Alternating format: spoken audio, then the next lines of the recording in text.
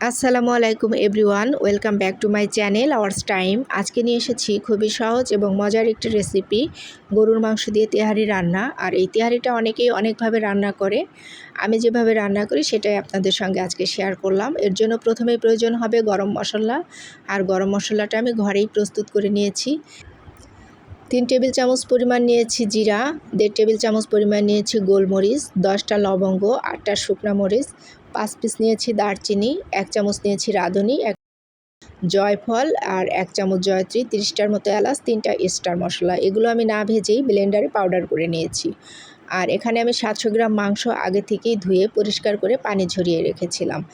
এখন দিয়ে দিচ্ছি ঘরে বানিয়ে রাখা 2 টেবিল চামচ পরিমাণ গরম মশলার গুঁড়ো, 1/2 টেবিল চামচ পরিমাণ দিয়ে দিচ্ছি ধনিয়ার গুঁড়ো, 1/2 টেবিল চামচ পরিমাণ দিয়েছি জিরার গুঁড়ো, আর এখানে 2 টেবিল চামচ পরিমাণ নিয়েছি আদা রসুন বাটা, দিয়ে দিচ্ছি ফ্যাটানো টক দই, আর 1/2 চামচের মতো নিয়েছি শুকনা মরিচ বাটা, 1/2 চামচ দিয়েছি লবণ।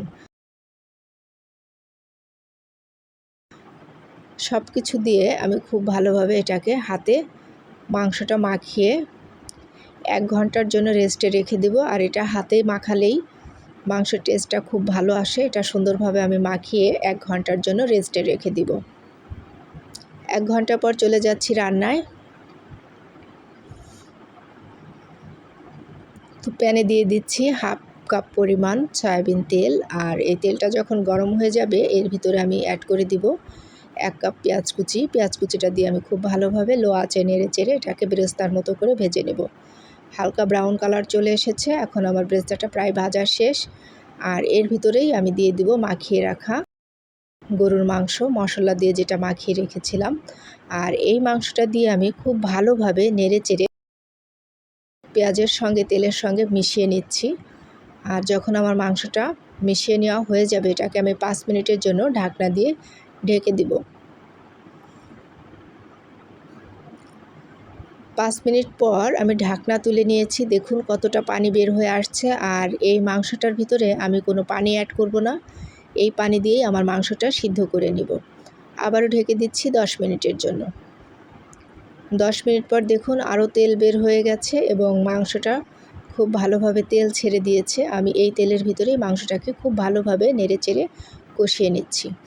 ঢেকে দিচ্ছি আরও কিছুক্ষণের জন্য।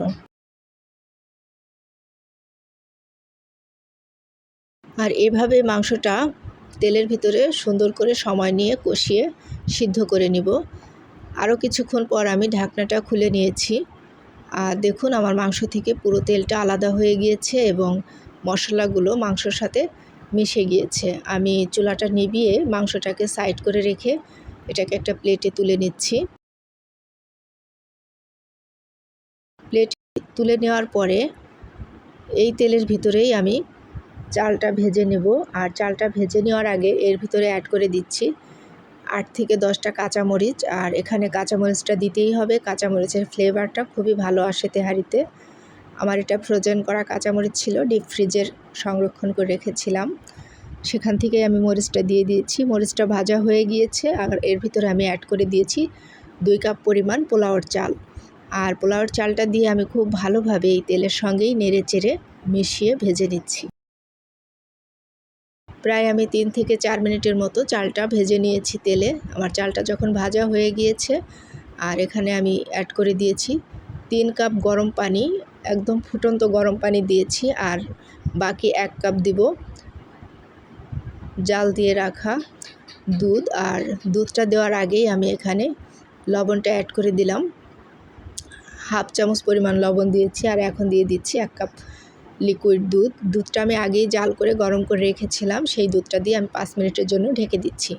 5 মিনিট পর যখন চালটা এভাবে পানির সঙ্গে মিশে সমান হয়ে গিয়েছে তখনই আমি এর ভিতরে আগে থেকে রান্না করে রাখা যে মাংসটা তুলে রেখেছিলাম সেই মাংসটা অ্যাড করে সুন্দরভাবে চালের সঙ্গে মিশিয়ে 10 মিনিটের জন্য ঢাকনা দিয়ে ঢেকে রেখেছিলাম। 10 মিনিট পর দেখুন পানিটা একদম শুকিয়ে গিয়েছে এবং চালটাও ঝরঝরা হয়ে এসেছে। এটাকে আমি একটু নেড়ে ছেড়ে আবারও কিছুক্ষণের জন্য ঢাকনা দিয়ে ঢেকে দেব। আর ঢাকনা দিয়ে ঢাকার আগেই আমি 1 চামচ পরিমাণ কেওড়া জলটা এখানে অ্যাড করেছি। আর জলটা দিয়ে আমি খুব ভালোভাবে নেড়ে চেড়ে চালের সঙ্গে মিশিয়ে 5 মিনিটের জন্য ঢাকনা দিয়ে ঢেকে দেব।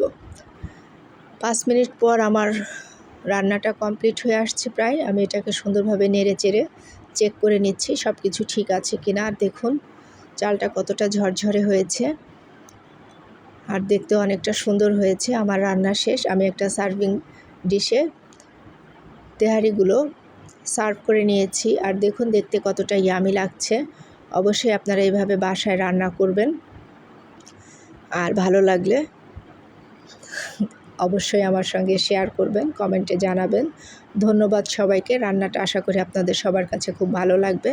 অবশ্যই একবার ট্রাই করবেন। আর এভাবে তেহারি বাসায় রান্না করে খেতে বেশি সময়ও লাগে না।